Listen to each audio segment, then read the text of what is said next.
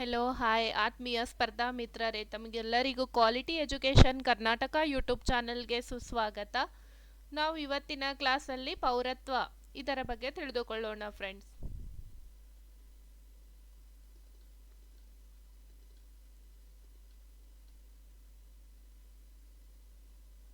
ಪೌರರು ಅಂತ ನಾವು ಯಾರನ್ನ ಕರಿತೀವಿ ಅಂತಂದ್ರೆ, ಯಾವುದೇ ವ್ಯಕ್ತಿ ಒಂದು ದೇಶದ ಸದಸ್ಯತ್ವವನ್ನ ಕಾನೂನಿನ ಅಡಿಯಲ್ಲಿ ಪಡೆಯುವಂಥದ್ದು, ಕಾನೂನಿನ ಅಡಿಯಲ್ಲಿ ಸದಸ್ಯತ್ವವನ್ನು ಪಡೆದು ಇರುವಂತಹ ಸ್ಥಿತಿಯನ್ನ ನಾವು ಪೌರತ್ವ ಅಂತ ಹೇಳ್ತೀವಿ. ಒಬ್ಬ ವ್ಯಕ್ತಿ ಒಂದು ದೇಶದ ಸದಸ್ಯತ್ವವನ್ನ ಕಾನೂನಿನ ಅಡಿಯಲ್ಲಿ ಪಡೆದು ಇರುವಂತಹ ಸ್ಥಿತಿಯನ್ನ ನಾವು ಪೌರತ್ವ ಅಂತ ಹೇಳ್ತೀವಿ ಫ್ರೆಂಡ್ಸ್.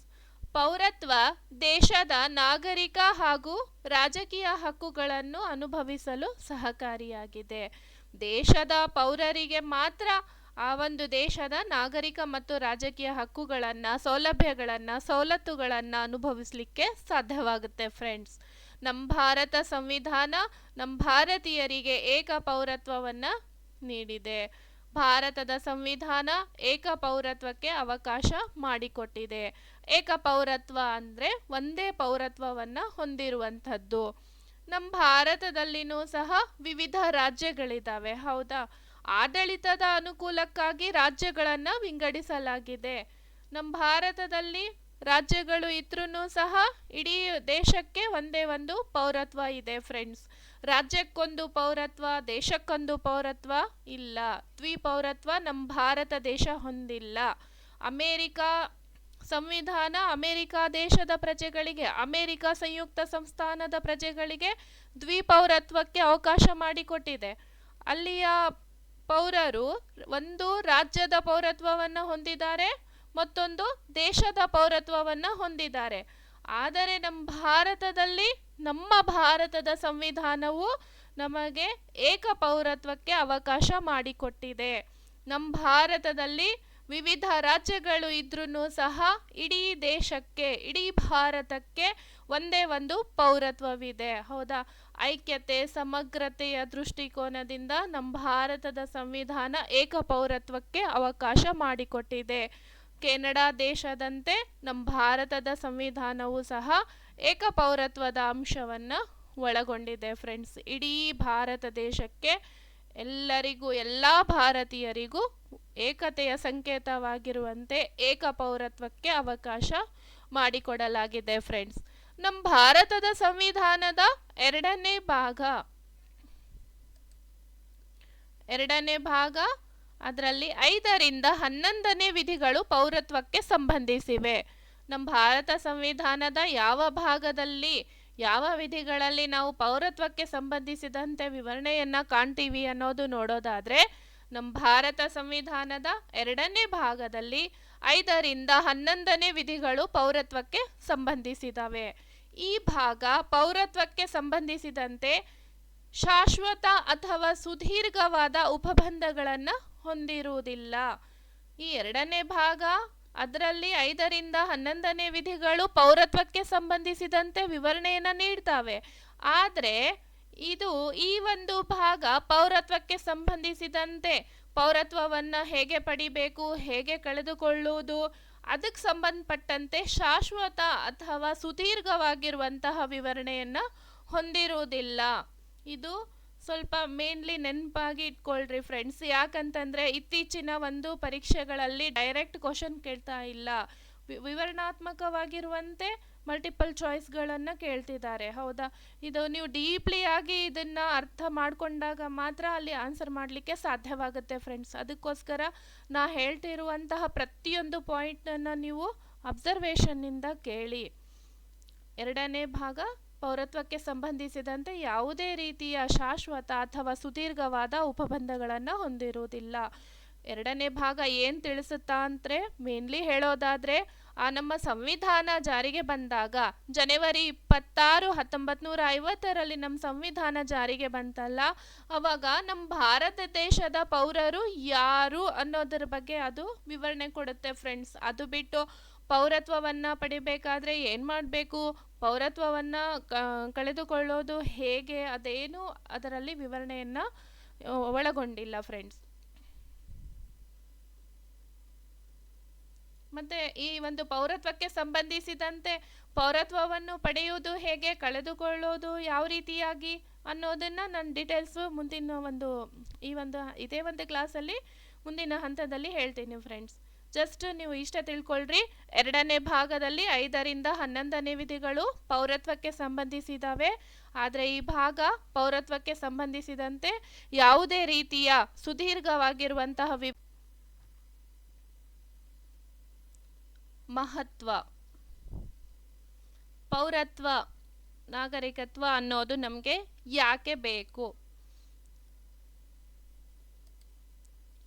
ಭಾರತದ ನಾಗರಿಕರಿಗೆ ಜಾತಿ, ಜನಾಂಗ, ಧರ್ಮದ ಆಧಾರದ ಮೇಲೆ ತಾರತಮ್ಯ ಮಾಡುವಂತಿಲ್ಲ.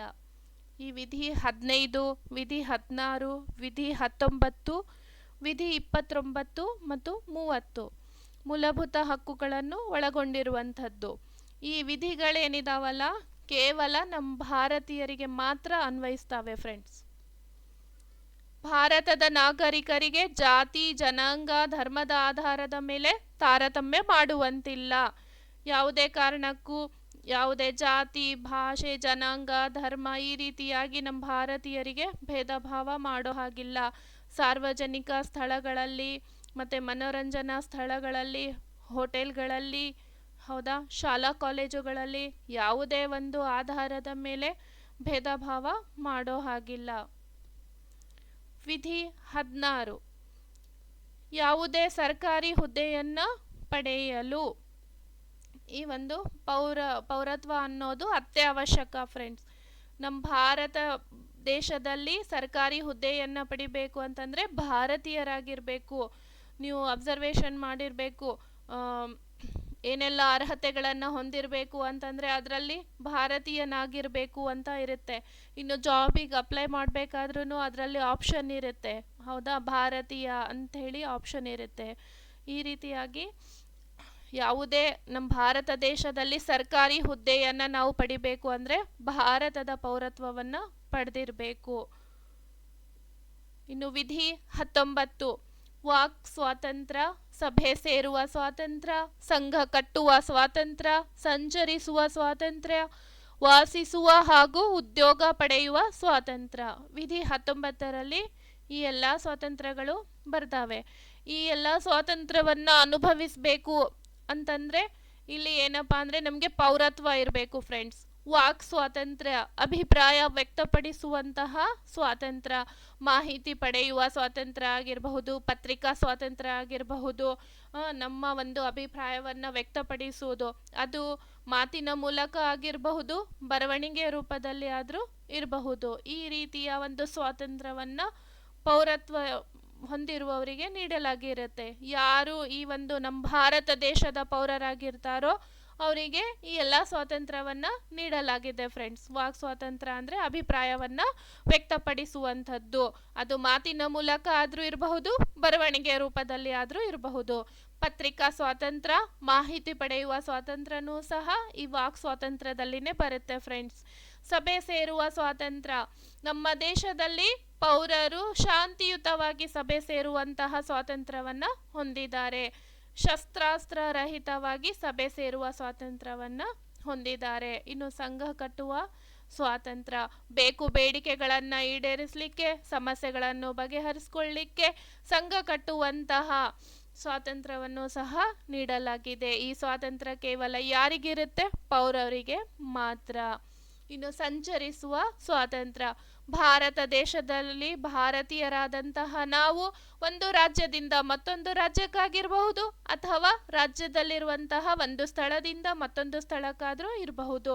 ಹೀಗೆ ಒಂದು ದೇಶದ ಮೂಲೆಯಿಂದ ಮತ್ತೊಂದು ದೇಶದ ಮೂಲೆಗೆ ನಾವು ಸಂಚರಿಸುವಂತಹ ಸ್ವಾತಂತ್ರ್ಯವನ್ನು ಹೊಂದಿದ್ದೇವೆ. ಯಾಕಂದರೆ ಭಾರತ ದೇಶದಲ್ಲಿ ಏಕಪೌರತ್ವವನ್ನು ನೀಡಲಾಗಿದೆ. ಇಡೀ ದೇಶಕ್ಕೆ ಇರುವಂಥದ್ದು ಒಂದೇ ಒಂದು ಪೌರತ್ವ. ಅದರ ಆಧಾರದ ಮೇಲೆ ನಾವು ದೇಶದ ಯಾವುದೇ ಒಂದು ಮೂಲೆಗಾದರೂ ನಾವು ಸಂಚರಿಸಬಹುದು. ಈ ಸ್ವಾತಂತ್ರ್ಯವನ್ನು ಕೇವಲ ಭಾರತೀಯರಿಗೆ ಮಾತ್ರ ನೀಡಲಾಗಿರುತ್ತೆ. ಯಾರು ಭಾರತ ದೇಶದ ಪೌರರಾಗಿರ್ತಾರೋ ಅವರು ಮಾತ್ರ ಈ ಎಲ್ಲ ಒಂದು ಅವಕಾಶಗಳನ್ನು, ಸವಲತ್ತುಗಳನ್ನು, ಸೌಲಭ್ಯಗಳನ್ನು ಹೊಂದಿರ್ತಾರೆ ಫ್ರೆಂಡ್ಸ್. ವಾಸಿಸುವ ಹಾಗೂ ಉದ್ಯೋಗ ಪಡೆಯುವ ಸ್ವಾತಂತ್ರ್ಯ, ನಮ್ಮ ದೇಶದಲ್ಲಿ ನಾವು ನಮಗೆ ಎಲ್ಲಿ ಸರಿಯಾಗಿ ಅನಿಸುತ್ತೋ, ಎಲ್ಲಿ ನಮಗೆ ಇಚ್ಛೆ ಆಗುತ್ತೋ ಅಲ್ಲಿ ನಾವು ವಾಸಿಸಲಿಕ್ಕೆ ಅವಕಾಶವನ್ನು ಹೊಂದಿದ್ದೀವಿ ಫ್ರೆಂಡ್ಸ್. ಮತ್ತು ಉದ್ಯೋಗ ಪಡೆಯುವ ಸ್ವಾತಂತ್ರ್ಯ, ನಮಗೆ ಯಾವ ಉದ್ಯೋಗ ಇಷ್ಟನೋ ಆ ಉದ್ಯೋಗವನ್ನು ಮಾಡುವಂತಹ ಒಂದು ಸ್ವಾತಂತ್ರ್ಯವನ್ನು ಅವಕಾಶವನ್ನು ಸಹ ನಾವು ಹೊಂದಿದ್ದೀವಿ. ವಿಧಿ 29 ಮತ್ತು 30ರ ಪ್ರಕಾರ ಸಾಂಸ್ಕೃತಿಕ ಮತ್ತು ಶೈಕ್ಷಣಿಕ ಸ್ವಾತಂತ್ರ್ಯ, ನಮ್ಮ ಭಾಷೆ, ನಮ್ಮ ಲಿಪಿ, ನಮ್ಮ ಸಂಪ್ರದಾಯ ಎಲ್ಲ, ನಮ್ಮ ಸಂಸ್ಕೃತಿಯನ್ನು ನಾವು, ನಮ್ಮ ಪರಂಪರೆಯನ್ನು ಉಳಿಸುವಂತಹ, ರಕ್ಷಿಸುವಂತಹ, ಬೆಳೆಸುವಂತಹ ಸ್ವಾತಂತ್ರ್ಯವನ್ನು ಹೊಂದಿದ್ದೀವಿ ಫ್ರೆಂಡ್ಸ್. ಮತ್ತು ಶೈಕ್ಷಣಿಕ ಸ್ವಾತಂತ್ರ್ಯ, ಶಿಕ್ಷಣ ಸಂಸ್ಥೆಗಳನ್ನು ಸ್ಥಾಪಿಸುವ ಮತ್ತು ನಮಗೆ ಇಚ್ಛೆ ಇರುವಂತಹ ಶಿಕ್ಷಣವನ್ನು ಪಡೆಯುವಂತಹ ಸ್ವಾತಂತ್ರ್ಯವನ್ನು ಸಹ ಭಾರತ ದೇಶದ ಪೌರರಿಗೆ ನೀಡಲಾಗಿದೆ. ಈ ಎಲ್ಲ ಅವಕಾಶಗಳನ್ನು, ಸೌಲಭ್ಯಗಳನ್ನು, ಸವಲತ್ತುಗಳನ್ನು ಪಡಿಬೇಕು ಅಂತಂದರೆ ಭಾರತದ ಪೌರರಾಗಿರಬೇಕು. ಅದಕ್ಕೋಸ್ಕರ ಪೌರತ್ವ ಅನ್ನೋದು ತುಂಬ ಮಹತ್ವ ಪಡೆದಿದೆ ಫ್ರೆಂಡ್ಸ್. ಉನ್ನತ ಸಂವಿಧಾನಾತ್ಮಕ ಹುದ್ದೆಗಳನ್ನು ಪಡೆಯಲು ಅರ್ಹರಾಗಿರುತ್ತಾನೆ. ಸಂವಿಧಾನಾತ್ಮಕ ಹುದ್ದೆಗಳು ಅಂದರೆ ರಾಷ್ಟ್ರಪತಿ, ರಾಜ್ಯಪಾಲರು, ಅಡ್ವೊಕೇಟ್ ಜನರಲ್, ಉಪರಾಷ್ಟ್ರಪತಿ, ಸುಪ್ರೀಂ ಕೋರ್ಟ್ನ ನ್ಯಾಯಾಧೀಶರು ಮತ್ತು ಹೈಕೋರ್ಟ್ನ ನ್ಯಾಯಾಧೀಶರು. ಈ ರೀತಿಯಾಗಿ ಸಂವಿಧಾನಾತ್ಮಕವಾಗಿರುವಂತಹ ಉನ್ನತ ಹುದ್ದೆಗಳನ್ನು ಪಡೀಲಿಕ್ಕೂ ಸಹ ಭಾರತೀಯರು ಅರ್ಹನಾಗಿರ್ತಾರೆ. ಇನ್ನು ಲೋಕಸಭೆ, ರಾಜ್ಯಸಭೆ, ವಿಧಾನಸಭೆ, ಈ ಎಲ್ಲ ಸಭೆಗಳಿಗೆ ಆಯ್ಕೆ ಆಗ್ಲಿಕ್ಕೂ ಸಹ ಪೌರತ್ವ ಅತ್ಯವಶ್ಯಕವಾಗಿದೆ. ಯಾರು ಭಾರತೀಯನಾಗಿರ್ತಾರೋ ಅವರು ಮಾತ್ರ ಈ ಒಂದು ಅರ್ಹತೆಯನ್ನು ಹೊಂದಿರ್ತಾರೆ ಫ್ರೆಂಡ್ಸ್. ಇನ್ನು ಸಂವಿಧಾನಾತ್ಮಕ ಕರ್ತವ್ಯಗಳನ್ನು ಹಾಗೂ ಸರ್ಕಾರವು ಕಾಲಕಾಲಕ್ಕೆ ನಿಗದಿಪಡಿಸುವ ಕರ್ತವ್ಯವನ್ನು ನಿಭಾಯಿಸಬೇಕಾಗುತ್ತೆ. ಕೇವಲ ಪೌರರಾಗಿರುವವರು ತಮ್ಮ ಅವಕಾಶಗಳನ್ನು, ಸವಲತ್ತುಗಳನ್ನು ಪಡೆದುಕೊಡೋದಲ್ಲ, ಅದರ ಜೊತೆಗೆ ಪ್ರತಿಯಾಗಿ ಕರ್ತವ್ಯಗಳನ್ನು ನಿಭಾಯಿಸತಕ್ಕದ್ದು. ಅದನ್ನು ಸಹ ಇಲ್ಲಿ ತುಂಬ ಇಂಪಾರ್ಟೆನ್ಸ್ ಪಡೆದುಕೊಳ್ಳುತ್ತೆ ಫ್ರೆಂಡ್ಸ್. ಎಕ್ಸಾಂಪಲ್ ಅಂತಂದರೆ ರಾಷ್ಟ್ರಭಕ್ತಿ, ನಮ್ಮ ಒಂದು ದೇಶದ ಲಾಂಛನಗಳಿಗೆ, ರಾಷ್ಟ್ರಗೀತೆಗೆ, ರಾಷ್ಟ್ರಧ್ವಜಕ್ಕೆ ನಾವು ಗೌರವವನ್ನು ಕೊಡುವಂಥದ್ದು. ದೇಶ ರಕ್ಷಣೆ, ಸಂದಿಗ್ಧ ಪರಿಸ್ಥಿತಿಯಲ್ಲಿ ದೇಶ ರಕ್ಷಣೆ ಮಾಡಲಿಕ್ಕೂ ಸಹ ನಾವು ಸಿದ್ಧರಾಗಿರಬೇಕು. ಈ ರೀತಿ ಪೌರರಿಗೆ ಮಾತ್ರ ಇದು ಅನ್ವಯವಾಗುತ್ತೆ ಫ್ರೆಂಡ್ಸ್. ಅದಕ್ಕೋಸ್ಕರ ಈ ಎಲ್ಲ ಅಂಶಗಳನ್ನು ನಾವು ಗಮನಿಸಿದಾಗ ಪೌರತ್ವ ಎಷ್ಟು ಮಹತ್ವ ಪಡೆದಿದೆ ಅನ್ನೋದು ನಿಮಗೆ ಗೊತ್ತಾಗುತ್ತೆ ಫ್ರೆಂಡ್ಸ್. ವಿಧಿ 15, ವಿಧಿ 16, ವಿಧಿ 19, ವಿಧಿ 29 ಮತ್ತು 30 ಇವು ಮೂಲಭೂತ ಹಕ್ಕುಗಳನ್ನು ಒಳಗೊಂಡಿರುವಂತಹ ವಿಧಿಗಳು. ಇವು ಕೇವಲ ನಮ್ಮ ಭಾರತ ದೇಶದ ಪೌರರಿಗೆ ಮಾತ್ರ ಅನ್ವಯಿಸ್ತವೆ ಫ್ರೆಂಡ್ಸ್. ಇದು ಇಂಪಾರ್ಟೆಂಟ್, ನೆನಪಿನಲ್ಲಿ ಇಟ್ಕೊಳ್ಳಿ.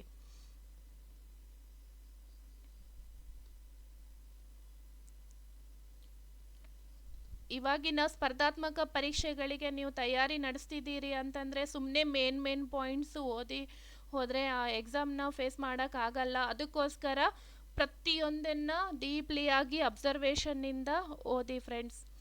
ಪೌರತ್ವ ಕಾಯ್ದೆ 1955, ನಾನು ಅವಾಗಲೇ ಹೇಳಿದ್ನಲ್ಲ, ಸಂವಿಧಾನ ಜಾರಿಯಾದಾಗ ಪೌರರು ಯಾರು ಅನ್ನೋದನ್ನು ಅಷ್ಟೇ ಆ ಸಂವಿಧಾನದ 2ನೇ ಭಾಗ ತಿಳಿಸ್ಕೊಡುತ್ತೆ. ಪೌರತ್ವವನ್ನು ಪಡೆದುಕೊಳ್ಳುವುದರ ಬಗ್ಗೆ, ಕಳೆದುಕೊಳ್ಳುವುದರ ಬಗ್ಗೆ ಯಾವುದೇ ರೀತಿಯ ಸುದೀರ್ಘವಾಗಿರುವಂತಹ ವಿವರಣೆಯನ್ನು ಹೊಂದಿಲ್ಲ ಅಂತ ಹೇಳಿದ್ನಲ್ಲ, ಅದಕ್ಕೆ ಈ ಆನ್ಸರ್ ಈ ಒಂದು ಪಾಯಿಂಟಲ್ಲಿ ನಿಮಗೆ ಸಿಗುತ್ತೆ ಫ್ರೆಂಡ್ಸ್. ಪೌರತ್ವ ಕಾಯ್ದೆ 1955 11ನೇ ವಿಧಿ, ಕಾನೂನು ಮಾಡುವಂತಹ ಅಧಿಕಾರ ಸಂಸತ್ತಿಗಿದೆ. ಪೌರತ್ವಕ್ಕೆ ಸಂಬಂಧಪಟ್ಟಂತೆ ಕಾನೂನು ಮಾಡುವ ಅಧಿಕಾರ ಯಾರಿಗಿದೆ? ಸಂಸತ್ತಿಗಿದೆ. ಅದರಂತೆ ಸಂಸತ್ತು ಪೌರತ್ವ ಕಾನೂನನ್ನು ರೂಪಿಸುತ್ತೆ. 11ನೇ ವಿಧಿಯ ಪ್ರಕಾರ ಪೌರತ್ವಕ್ಕೆ ಸಂಬಂಧಿಸಿದಂತೆ ಕಾನೂನು ರೂಪಿಸುವಂತಹ ಅಧಿಕಾರ ಯಾರಿಗಿದೆ ಅಂದರೆ ಸಂಸತ್ತಿಗಿದೆ. ಅದಕ್ಕೋಸ್ಕರ ಆ ಪೌರತ್ವಕ್ಕೆ ಸಂಬಂಧಪಟ್ಟಂತೆ ಸಂಸತ್ತು ಕಾನೂನನ್ನು ರೂಪಿಸುತ್ತೆ. ಅದೇ ಏನಂದರೆ ಪೌರತ್ವ ಕಾಯ್ದೆ 1955. ಈ ಕಾಯ್ದೆಯು ಸಂವಿಧಾನ ಜಾರಿಯಾದ ನಂತರ ಪೌರತ್ವ ಪಡೆದುಕೊಳ್ಳುವುದಕ್ಕೆ ಮತ್ತು ಕಳೆದುಕೊಳ್ಳುವುದಕ್ಕೆ ಅವಕಾಶ ನೀಡುತ್ತೆ. 2ನೇ ಭಾಗದಲ್ಲಿ ನಾವು ಪೌರತ್ವ ಪಡೆದುಕೊಳ್ಳುವುದಕ್ಕೆ, ಕಳೆದುಕೊಳ್ಳುವುದಕ್ಕೆ ಯಾವುದೇ ರೀತಿಯ ಸುದೀರ್ಘವಾಗಿರುವಂತಹ ವಿವರಣೆಯನ್ನು ಅಲ್ಲಿ ನಮಗೆ ಕಾಣಸಿಗಲ್ಲ. ಅದಕ್ಕೋಸ್ಕರ ಈ ಪೌರತ್ವ ಕಾಯ್ದೆಯ ಮುಖಾಂತರ ಸಂಸತ್ತು ಕಾನೂನನ್ನು ರೂಪಿಸಿ ಈ ಸಂವಿಧಾನ ಜಾರಿಗೆಯಾದ ನಂತರ ಪೌರತ್ವವನ್ನು ಪಡೆದುಕೊಳ್ಳುವುದಕ್ಕೆ ಹಾಗೂ ಕಳೆದುಕೊಳ್ಳುವುದಕ್ಕೆ ನಿಬಂಧನೆಗಳನ್ನು ಸೂಚಿಸುತ್ತೆ ಫ್ರೆಂಡ್ಸ್. ಈ ಒಂದು ಪೌರತ್ವ ಕಾಯ್ದೆ 1955 ಇದೆ ಅಲ್ಲ, ಇದನ್ನ 1957, 1960, 1986, 1992, 2003, 2005, 2015 ಮತ್ತು 2019ರಲ್ಲಿ ಇದನ್ನ ತಿದ್ದುಪಡಿ ಮಾಡಲಾಯಿತು ಫ್ರೆಂಡ್ಸ್.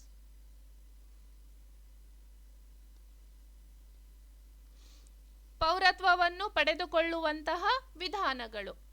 1955ರ ಪೌರತ್ವ ಕಾಯ್ದೆಯ ಪ್ರಕಾರ ಪೌರತ್ವವನ್ನು ಪಡೆದುಕೊಳ್ಳುವುದು ಹೇಗೆ, ಅದರ ಒಂದು ವಿಧಾನಗಳು ಯಾವ್ಯಾವು ಅನ್ನೋದನ್ನ ನೋಡೋದಾದ್ರೆ, ಫಸ್ಟ್ ಪಾಯಿಂಟ್, ಜನನದಿಂದ ಜನವರಿ 26, 1950ರಿಂದ ಜನವರಿ 26, 1950 ಸಂವಿಧಾನ ಜಾರಿ ಬಂದಂತಹ ದಿನ. ಅವತ್ತಿನಿಂದ ಜುಲೈ 1, 1987ರವರೆಗೆ ಜುಲೈ 1, 1987ರೊಳಗೆ ಭಾರತದಲ್ಲಿ ಜನಿಸಿದಂತಹ ವ್ಯಕ್ತಿಯ ತಂದೆ ತಾಯಿ ಯಾವ ರಾಷ್ಟ್ರದವರೆಂದು ಪರಿಗಣಿಸದೆ ಪೌರತ್ವವನ್ನು ನೀಡಲಾಗುವುದು. Sorry friends. ಸಂವಿಧಾನ ಜಾರಿಗೆ ಬಂದಾಗಿನಿಂದ ಜನವರಿ 26, 1950ರಿಂದ ಜುಲೈ 1, 1987ರೊಳಗೆ ಭಾರತದಲ್ಲಿ ಜನಿಸಿದಂತಹ ವ್ಯಕ್ತಿ, ಆ ವ್ಯಕ್ತಿಯ ತಂದೆ ತಾಯಿ ಯಾವ ದೇಶದವರಾದರೂ ಇರಬಹುದು, ಅವರಿಗೆ ಪೌರತ್ವವನ್ನು ನೀಡಲಾಗುವುದು. ಎಕ್ಸಾಂಪಲ್, ಒಬ್ಬ ವ್ಯಕ್ತಿ ಜೂನ್ 1, 1986ರಲ್ಲಿ ಭಾರತ ದೇಶದಲ್ಲಿ ಜನಿಸ್ತಾನೆ. ತಂದೆ ಇಂಗ್ಲೆಂಡ್ ದೇಶದವನಾಗಿರ್ತಾನೆ, ತಾಯಿ ಜರ್ಮನಿ ದೇಶದವಳಾಗಿರ್ತಾಳೆ. ಆದರೂ ಸಹ ಆ ಭಾರತದಲ್ಲಿ ಜನಿಸಿದಂತಹ ವ್ಯಕ್ತಿಗೆ ಈ ಜುಲೈ 1, 1987ರೊಳಗೆ ಆತ ಜನಿಸಿದ ಕಾರಣ ಭಾರತ ದೇಶದ ಪೌರತ್ವವನ್ನು ನೀಡಲಾಗುವುದು ಫ್ರೆಂಡ್ಸ್. ಸಿಂಪಲ್ ಆಗಿ ಇಷ್ಟೇ ತಿಳ್ಕೊಳ್ರಿ. ಸಂವಿಧಾನ ಜಾರಿಗೆ ಬಂದಾಗಿನಿಂದ ಜುಲೈ 1, 1987ರೊಳಗೆ ಜನಿಸಿದಂತಹ ವ್ಯಕ್ತಿಗಳ ತಂದೆ ತಾಯಿ ಯಾವ ದೇಶದವರಾದರೂ ಇರಲಿ, ಅವರಿಗೆ ಆ ಒಂದು ತಂದೆ ತಾಯಿಯ ದೇಶ ಯಾವುದು ಅಂತ ಕನ್ಸಿಡರ್ ಮಾಡಂಗಿಲ್ಲ, ಆ ವ್ಯಕ್ತಿಗೆ ಭಾರತದ ಪೌರತ್ವವನ್ನು ನೀಡಲಾಗುವುದು. ಜುಲೈ 1, 1987ರಿಂದ 3 ಡಿಸೆಂಬರ್ 2004ರೊಳಗೆ ಭಾರತದಲ್ಲಿ ಜನಿಸಿದ ವ್ಯಕ್ತಿಯ ತಂದೆ ಅಥವಾ ತಾಯಿ ಯಾರಾದರೊಬ್ಬರೂ ಭಾರತೀಯನಾಗಿದ್ದರೆ ಭಾರತದ ಪೌರತ್ವವನ್ನು ಪಡೆಯಬಹುದಾಗಿದೆ. ಜುಲೈ 1, 1987ರೊಳಗೆ ತಂದೆ ತಾಯಿ ಯಾವ ದೇಶದವರಾಗಿದ್ರೂ ಸಹ ಭಾರತದಲ್ಲಿ ಜನಿಸಿದಂತಹ ವ್ಯಕ್ತಿಗೆ ಪೌರತ್ವವನ್ನು ನೀಡಲಾಗ್ತಿತ್ತು.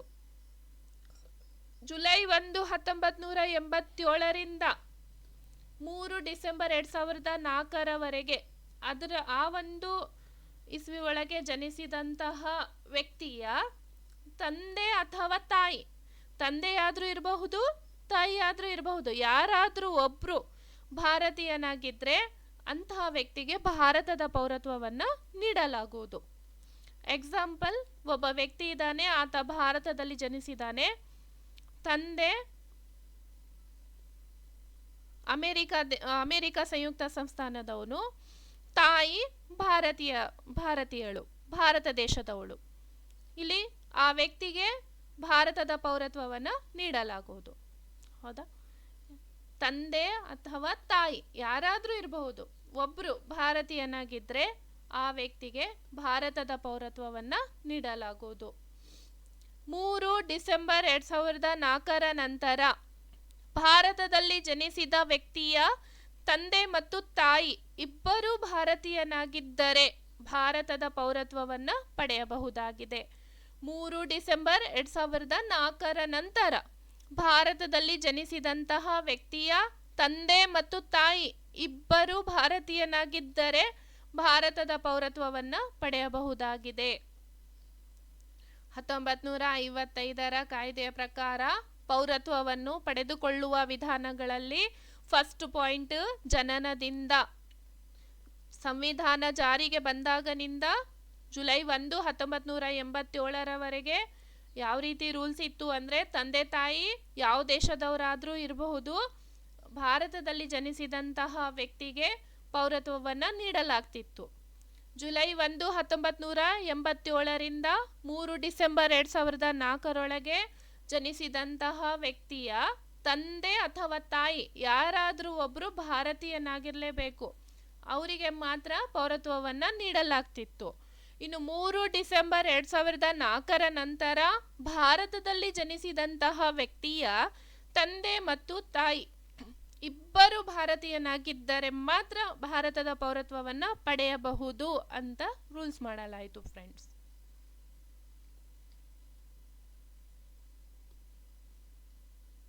ಇನ್ನು ಸೆಕೆಂಡ್ ಪಾಯಿಂಟ್, ವಂಶಾನುಪ್ರಾಪ್ತಿಯಿಂದ. ಇಷ್ಟು ಡೀಟೇಲ್ಸ್ ಆಗಿ ನಿಮಗೆ ಯಾರೂ ಸಹ ಫ್ರೀ ಆಗಿ ಯೂಟ್ಯೂಬ್ನಲ್ಲಿ ತಿಳಿಸ್ಕೊಡಂಗಿಲ್ಲ ಫ್ರೆಂಡ್ಸ್. ನನ್ನ ಉದ್ದೇಶ ಇಷ್ಟೇ, ಓದುವಂತಹ ವಿದ್ಯಾರ್ಥಿಗಳಿಗೆ, ಸ್ಪರ್ಧಾರ್ಥಿಗಳಿಗೆ ಹೆಲ್ಪ್ ಆಗಲಿ ಅನ್ನೋದು. ಇಲ್ಲಿ ಜಸ್ಟ್ ಪೌರತ್ವವನ್ನು ಪಡೆದುಕೊಳ್ಳುವಂತಹ ವಿಧಾನಗಳನ್ನು ತಿಳಿಸ್ತಾರೆ ಹೊರತು ಇಷ್ಟು ಡೀಪ್ಲಿಯಾಗಿ ಯಾರೂ ಸಹ ನಿಮಗೆ ಫ್ರೀ ಆಗಿ ತಿಳಿಸ್ಕೊಳ್ಳೋದಿಲ್ಲ. ಅದಕ್ಕೋಸ್ಕರ ಎಲ್ಲರೂ ಸಹ ತಮ್ಮ ಫ್ರೆಂಡ್ಸ್ ಯಾರು ಓದುವಂತಹ ವಿದ್ಯಾರ್ಥಿಗಳಿದ್ದಾರೋ, ಸ್ಪರ್ಧಾರ್ಥಿಗಳಿದ್ದಾರೋ ಅವರಿಗೆಲ್ಲರಿಗೂ ಸಹ ಈ ವಿಡಿಯೋ ಶೇರ್ ಮಾಡಿ, ಲೈಕ್ ಮಾಡಿ ಫ್ರೆಂಡ್ಸ್. ನೀವು ಲೈಕ್ ಮಾಡೋದ್ರಿಂದ, ಕಮೆಂಟ್ಸ್ ಮಾಡೋದ್ರಿಂದ ನನಗೂ ಸಹ ಇನ್ನೂ ನಮ್ಮ ಸ್ಪರ್ಧಾರ್ಥಿಗಳಿಗೆ ಹೆಲ್ಪ್ ಆಗ್ತಿದೆ, ಇನ್ನೂ ಕ್ಲಾಸ್ ಮಾಡೋಣ ಅಂತ ಸ್ಫೂರ್ತಿ ಸಿಗುತ್ತೆ ಫ್ರೆಂಡ್ಸ್. ವಂಶಾನುಪ್ರಾಪ್ತಿಯಿಂದ ನಾನು ಡೀಪ್ಲಿಯಾಗಿ ನಿಮಗೆ ಪ್ರತಿಯೊಂದು ಪಾಯಿಂಟ್ನ ಎಕ್ಸ್ಪ್ಲೇನ್ ಮಾಡ್ತಾ ಇದ್ದೀನಿ. ಯಾಕಂತಂದರೆ ಇವಾಗಿನ ಎಕ್ಸಾಮ್ಗಳಲ್ಲಿ ಡೀಪ್ಲಿಯಾಗಿಯೇ ಕ್ವಶನ್ಸ್ಗಳು ಬರ್ತಿದ್ದಾವೆ. ಹೌದಾ, ಮೇನ್ ಆಗಿ ಓದ್ಕೊಂಡು ಹೋದರೆ ಯೂಸ್ ಇಲ್ಲ. ಎಲ್ಲನೂ ಸಹ ಓದ್ಕೊಂಡು ಹೋದಾಗ ಮಾತ್ರ ಫೇಸ್ ಮಾಡಲಿಕ್ಕೆ ಸಾಧ್ಯ. ಸೆಕೆಂಡ್ ಪಾಯಿಂಟ್, ವಂಶಾನುಪ್ರಾಪ್ತಿಯಿಂದ. ಸಂವಿಧಾನ ಜಾರಿಯಾದಾಗಿನಿಂದ 10 ಡಿಸೆಂಬರ್ 1992 ಇದರೊಳಗೆ ವಿದೇಶದಲ್ಲಿ ಜನಿಸಿದ ವ್ಯಕ್ತಿಯ ತಂದೆ ಭಾರತೀಯನಾಗಿದ್ದರೆ ಈ ವಂಶದ ಆಧಾರದ ಮೇಲೆ ಭಾರತದ ಪೌರತ್ವವನ್ನು ಪಡೆಯಬಹುದು. ಸಂವಿಧಾನ ಜಾರಿಗೆ ಬಂದಿದ್ದು ಯಾವಾಗ್ರಿ? ಜನವರಿ 26, 1950. ಅವಾಗಿನಿಂದ 10 ಡಿಸೆಂಬರ್ 1992ರ ಒಳಗೆ ವಿದೇಶದಲ್ಲಿ, ಭಾರತ ಬಿಟ್ಟು ಬೇರೆ ದೇಶದಲ್ಲಿ ಜನಿಸಿದಂತಹ ವ್ಯಕ್ತಿ, ಆ ವ್ಯಕ್ತಿಯ ತಂದೆ ಭಾರತೀಯನಾಗಿದ್ದರೆ ವಂಶದ ಆಧಾರದ ಮೇಲೆ ಭಾರತದ ಪೌರತ್ವವನ್ನು ಪಡೆಯಬಹುದಾಗಿದೆ. 10 ಡಿಸೆಂಬರ್ 1992ರಿಂದ 3 ಡಿಸೆಂಬರ್ 2004ರೊಳಗೆ ವಿದೇಶದಲ್ಲಿ ಜನಿಸಿದ ವ್ಯಕ್ತಿಯ ತಂದೆ ಅಥವಾ ತಾಯಿ ಯಾರಾದರೊಬ್ಬರು ಭಾರತೀಯನಾಗಿದ್ದರೆ ಈ ವಂಶದ ಆಧಾರದ ಮೇಲೆ ಭಾರತದ ಪೌರತ್ವವನ್ನು ಪಡೆಯಬಹುದಾಗಿದೆ. ಇಲ್ಲಿ ತಂದೆ ಭಾರತೀಯನಾಗಿರಬೇಕು ಅಂತ ಮೊದಲು ಹೇಳಲಾಗಿತ್ತು. ನಂತರದಲ್ಲಿ ವ್ಯಕ್ತಿಯ ತಂದೆ, ವಿದೇಶದಲ್ಲಿ ಜನಿಸಿದಂತಹ ವ್ಯಕ್ತಿಯ ತಂದೆ ಅಥವಾ ತಾಯಿ, ಇವರಲ್ಲಿ ಯಾರಾದರೂ ಒಬ್ಬರು ಭಾರತೀಯನಾಗಿದ್ದರೆ ವಂಶದ ಆಧಾರದ ಮೇಲೆ ಭಾರತದ ಪೌರತ್ವವನ್ನು ಪಡೆಯಬಹುದು. 3 ಡಿಸೆಂಬರ್ 2004ರ ನಂತರ ಜನಿಸಿದ ವ್ಯಕ್ತಿಯ ಜನನದ 1 ವರ್ಷದೊಳಗೆ ನೋಂದಾಯಿಸಿಕೊಂಡಿರಬೇಕು. ಕೇಂದ್ರ ಸರ್ಕಾರದ ಅನುಮತಿಯ ಮೇರೆಗೆ ನೋಂದಾಯಿಸಿಕೊಂಡಿರಬೇಕು. ಮಗು ಯಾವುದೇ ಅನ್ಯ ದೇಶದ ಪೌರತ್ವ ಹೊಂದಿರುವುದಿಲ್ಲ ಎಂದು ತಂದೆ ತಾಯಿ ಶಪಥ ಪತ್ರ ನೀಡಿರಬೇಕು. ನೋಡಿ, ಇಲ್ಲಿ 10 ಡಿಸೆಂಬರ್ 1992ರಿಂದ 3 ಡಿಸೆಂಬರ್ 2004ರೊಳಗೆ ವಿದೇಶದಲ್ಲಿ ಜನಿಸಿದಂತಹ ವ್ಯಕ್ತಿಯ ತಂದೆ ಅಥವಾ ತಾಯಿ ಯಾರಾದರೂ ಒಬ್ಬರು ಭಾರತೀಯನಾಗಿದ್ದರೆ ಸಾಕು, ವಂಶದ ಆಧಾರದ ಮೇಲೆ ಭಾರತದ ಪೌರತ್ವವನ್ನು ಪಡೆಯಬಹುದು ಅಂತ ಹೇಳಲಾಗಿತ್ತು. ತದನಂತರ 3 ಡಿಸೆಂಬರ್ 2004ರ ನಂತರ ಜನಿಸಿದಂತಹ ವ್ಯಕ್ತಿಯ ಜನನದ 1 ವರ್ಷದೊಳಗೆ, ಆ ವ್ಯಕ್ತಿ ಜನಿಸಿರ್ತಾನಲ್ಲ, ಜನಿಸಿದ 1 ವರ್ಷದೊಳಗೆ ಆ ವ್ಯಕ್ತಿಯ ತಂದೆ ತಾಯಿ ನೋಂದಣಿ ಮಾಡಿರಬೇಕು. ಕೇಂದ್ರ ಸರ್ಕಾರದ ಅನುಮತಿಯ ಮೇರೆಗೆ ನೋಂದಾಯಿಸಿಕೊಂಡಿರಬೇಕು. ಮಗು ಯಾವುದೇ ಬೇರೆ ದೇಶದ ಪೌರತ್ವ ಹೊಂದಿರುವುದಿಲ್ಲ ಅಂಥೇಳಿ ತಂದೆ ತಾಯಿ ಶಪಥ ಪತ್ರ ನೀಡಿರಬೇಕು. ಅಪ್ರಾಪ್ತ ವಯಸ್ಸಿನ ಮಕ್ಕಳು ಅಂದರೆ ಇನ್ನು ವಯಸ್ಕರಾಗಿರುವುದಿಲ್ಲ, 18 ವರ್ಷಕ್ಕಿಂತ ಕಡಿಮೆ ವಯಸ್ಸಿನ ಮಕ್ಕಳು, ಅವರಿಗೆ ನಾವು ಅಪ್ರಾಪ್ತ ವಯಸ್ಸಿನ ಮಕ್ಕಳು ಅಂತ ಹೇಳ್ತೀವಿ. ಇವರು ದ್ವಿಪೌರತ್ವ ಹೊಂದಿದ್ದರೆ ಭಾರತದ ಪೌರತ್ವ ಸಮಾಪ್ತಿಯಾಗುವುದು. ಆ ಮಕ್ಕಳು ವಯಸ್ಕರಾಗುವ 6 ತಿಂಗಳು ಮುಂಚೆ ವಿದೇಶಿ ಪೌರತ್ವವನ್ನು ತ್ಯಜಿಸಿದಾಗ ಭಾರತದ ಪೌರರಾಗಿರುವರು. ನೋಡಿ, ನಮ್ಮ ಭಾರತ ದೇಶದಲ್ಲಿ ದ್ವಿಪೌರತ್ವಕ್ಕೆ ಅವಕಾಶ ಇಲ್ಲ. ಅಪ್ರಾಪ್ತ ವಯಸ್ಸಿನ ಮಕ್ಕಳು ದ್ವಿಪೌರತ್ವ ಹೊಂದಿದ್ರೆ ಅವಾಗ ನಮ್ಮ ಭಾರತದ ಪೌರತ್ವ ಸಮಾಪ್ತಿಯಾಗುತ್ತೆ. ಆ ಮಕ್ಕಳು ವಯಸ್ಕರಾಗುವ ಅಂದರೆ 18 ವರ್ಷ ಪೂರ್ಣಗೊಳ್ಳುವ 6 ತಿಂಗಳು ಮುಂಚೆ, ಇನ್ನು 18 ವರ್ಷ ಆಗಿರಲ್ಲ, 17 ವರ್ಷ ಕಂಪ್ಲೀಟ್ ಆಗಿರುತ್ತಲ್ಲ, ಅವಾಗ ಇನ್ನು 18 ವರ್ಷ ಪೂರ್ಣಗೊಳ್ಳಲಿಕ್ಕೆ 6 ತಿಂಗಳ ಬಾಕಿ ಇರುತ್ತೆ. ಅವಾಗೆ ಕರೆಕ್ಟ್ 6 ತಿಂಗಳ ಬಾಕಿ ಇದ್ದಾಗೆ ನೋಂದಣಿ ಮಾಡಬೇಕಂತಲ್ಲ, ಜಸ್ಟ್ ಇಲ್ಲಿ ರೂಲ್ಸ್ ಹೇಳ್ತಾ ಇದ್ದೀನಿ ಫ್ರೆಂಡ್ಸ್. ಆ ಮಕ್ಕಳು ವಯಸ್ಕರಾಗುವಂತಹ 6 ತಿಂಗಳು ಮುಂಚೆ ವಿದೇಶಿ ಪೌರತ್ವವನ್ನು ತ್ಯಜಿಸಬೇಕು. ಆವಾಗ ಮಾತ್ರ ಭಾರತದ ಪೌರರಾಗಿರ್ತಾರೆ. ಅಪ್ರಾಪ್ತ ವಯಸ್ಸಿನ ಮಕ್ಕಳಿನ ಹತ್ರ ದ್ವಿಪೌರತ್ವ ಇದ್ದರೆ ಭಾರತದ ಪೌರತ್ವ ತನ್ನಷ್ಟಕ್ಕೆ ತಾನೇ ಸಮಾಪ್ತಿಯಾಗುತ್ತೆ. ಆ ಮಕ್ಕಳು 18 ವರ್ಷರಾಗುವ ಮುಂಚೆ 6 ತಿಂಗಳ ಮುಂಚೆ ವಿದೇಶಿ ಪೌರತ್ವವನ್ನು ತ್ಯಜಿಸಿದ್ರೆ ನಮ್ಮ ಭಾರತದ ಪೌರರಾಗಿರ್ತಾರೆ.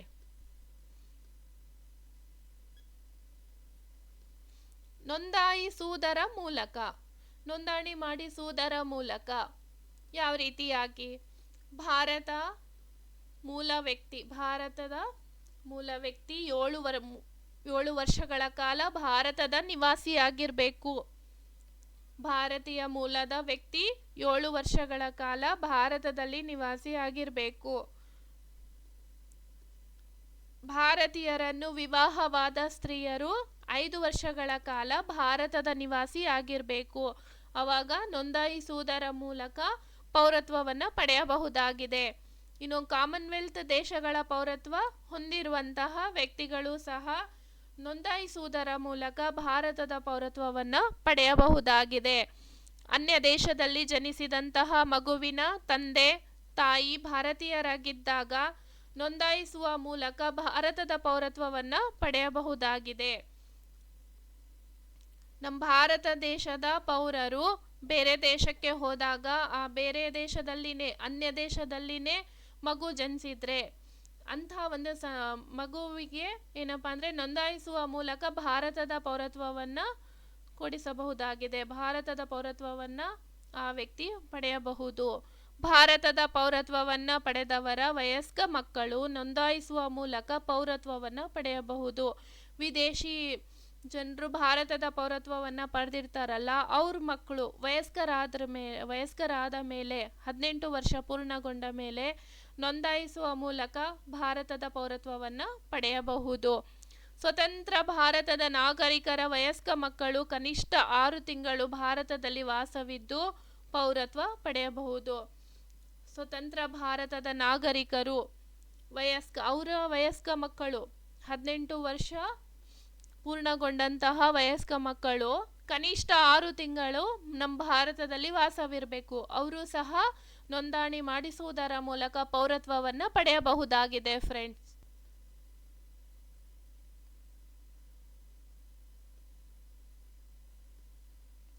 ಸಹಜೀಕೃತ ವಿಧಾನಗಳ ಮೂಲಕ ಭಾರತೀಯರಿಗೆ ಯಾವ ದೇಶದ ಪೌರರಾಗಲು ಸಾಧ್ಯವಿಲ್ಲವೋ ಅಂಥ ದೇಶಕ್ಕೆ ಸೇರಿದವರಾಗಿರಬಾರದು.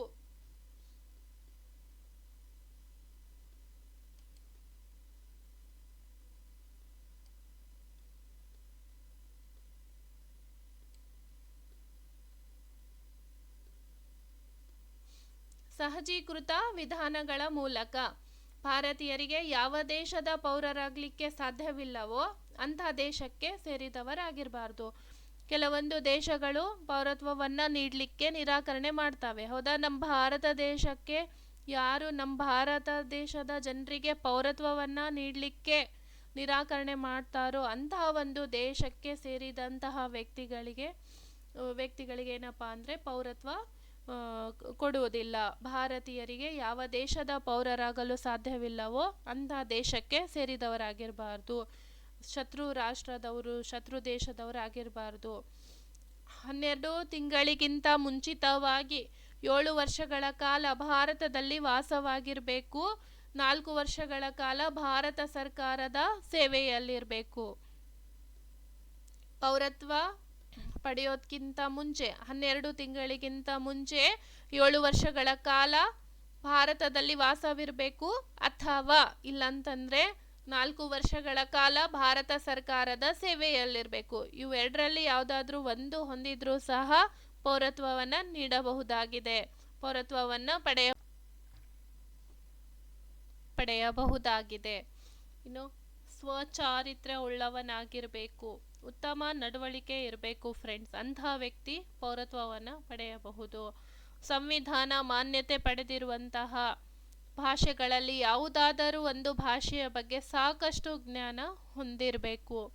ವಿಜ್ಞಾನ, ತತ್ವಜ್ಞಾನ, ಕಲೆ, ಸಾಹಿತ್ಯ, ವಿಶ್ವಶಾಂತಿ, ಮನುಕುಲದ ಪ್ರಗತಿ ಮುಂತಾದ ವಿಶಿಷ್ಟ ಸೇವೆ ಸಲ್ಲಿಸಿದ ವ್ಯಕ್ತಿಯ ವಿಷಯದಲ್ಲಿ ಭಾರತ ಸರ್ಕಾರ ವಿನಾಯಿತಿ ನೀಡಬಹುದು.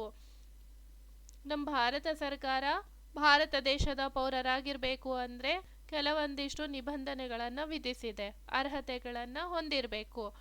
ಆ ಒಂದು ರೂಲ್ಸ್ ರೆಗ್ಯುಲೇಷನ್ಗಳಲ್ಲಿ ಈ ಒಂದು ವಿಶಿಷ್ಟ ಸೇವೆ ಸಲ್ಲಿಸಿರುವಂತಹ, ವಿಶಿಷ್ಟ ಸಾಧನೆಯನ್ನು ಮಾಡಿದಂತಹ ವ್ಯಕ್ತಿಗಳಿಗೆ ನಮ್ಮ ಭಾರತ ಸರ್ಕಾರ ವಿನಾಯಿತಿ ನೀಡಬಹುದಾಗಿದೆ. ಇನ್ನು ನೆಕ್ಸ್ಟ್ 5th ಪಾಯಿಂಟ್, ಭೂಪ್ರದೇಶದ ಸೇರ್ಪಡೆಯಿಂದನೂ ಸಹ ಅಲ್ಲಿರುವಂತಹ ಜನರಿಗೆ ಭಾರತದ ಪೌರತ್ವವನ್ನು ನೀಡಬಹುದು. ಯಾವುದೇ ಒಂದು ಭೂಪ್ರದೇಶವನ್ನು ನಮ್ಮ ಭಾರತ ದೇಶ ವಶಪಡಿಸಿಕೊಂಡಿದ್ದಾಗ ಆ ಭೂಪ್ರದೇಶದಲ್ಲಿ ಇದ್ದಂತಹ ಜನರಿಗೆ ಪೌರತ್ವವನ್ನು ನೀಡಬಹುದಾಗಿದೆ. ಗೋವಾ, ಪಾಂಡಿಚೇರಿ ಈ ಒಂದು ಪ್ರದೇಶಗಳನ್ನು ನಂತರದಲ್ಲಿ ವಶಪಡಿಸಿಕೊಂಡಿತ್ತಲ್ಲ, ಆ ಒಂದು ಭೂಪ್ರದೇಶದ ಸೇರ್ಪಡೆ ಮಾಡಿದ ನಂತರ ಅಲ್ಲಿರುವಂತಹ ಜನರಿಗೆ ಪೌರತ್ವವನ್ನು ನೀಡಲಾಯಿತು ಫ್ರೆಂಡ್ಸ್. ಹೀಗೆ ಭೂಪ್ರದೇಶ ನಮ್ಮ ಭಾರತ, ಯಾವುದೇ ಒಂದು ಭೂಪ್ರದೇಶವು ನಮ್ಮ ಭಾರತದ ಒಕ್ಕೂಟಕ್ಕೆ ಸೇರ್ಪಡೆಯಾದಾಗ ಅಲ್ಲಿರುವಂತಹ ಜನರಿಗೆ, ಅವರು ಸಹ ಭಾರತೀಯರಾಗ್ತಾರೆ, ಅವರಿಗೂ ಸಹ ಭಾರತ ದೇಶದ ಪೌರತ್ವವನ್ನು ನೀಡಲಾಗುತ್ತೆ ಫ್ರೆಂಡ್ಸ್.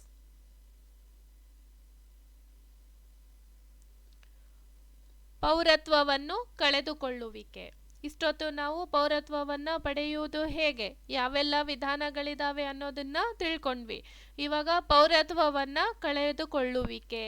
First point, ತ್ಯಜಿಸುವುದು. ಯಾವುದೇ ವ್ಯಕ್ತಿಯು, ಯಾವುದೇ ನಮ್ಮ ಭಾರತ ದೇಶದ ಪೌರನು ಅಥವಾ ವ್ಯಕ್ತಿಯು ಇಲ್ಲಿ ಪೌರತ್ವವನ್ನು ತ್ಯಜಿಸಬೇಕು ಅಂತಂದರೆ ಸಂಬಂಧಪಟ್ಟ ಪ್ರಾಧಿಕಾರದ ಮುಂದೆ ಘೋಷಣೆ ಮಾಡಬೇಕು. ಆಗ ಮಾತ್ರ ಪೌರತ್ವ ಕಳೆದುಕೊಳ್ಳುತ್ತೆ. ರದ್ದು ಮಾಡುವುದು. ವಿದೇಶದ ಪೌರತ್ವ ಸ್ವೀಕರಿಸಿದರೆ ನಮ್ಮ ಭಾರತ ದೇಶದಲ್ಲಿ ಏಕಪೌರತ್ವಕ್ಕೆ ಅವಕಾಶವಿದೆ. ನಮ್ಮ ಭಾರತ ದೇಶದ ಪೌರತ್ವವನ್ನು ಹೊಂದಿದ್ದು ವಿದೇಶದ ಪೌರತ್ವವನ್ನು ಸ್ವೀಕರಿಸಿದರೆ ಇಲ್ಲಿಯ ಒಂದು ಪೌರತ್ವವನ್ನು ರದ್ದು ಮಾಡಲಾಗುತ್ತೆ ಫ್ರೆಂಡ್ಸ್.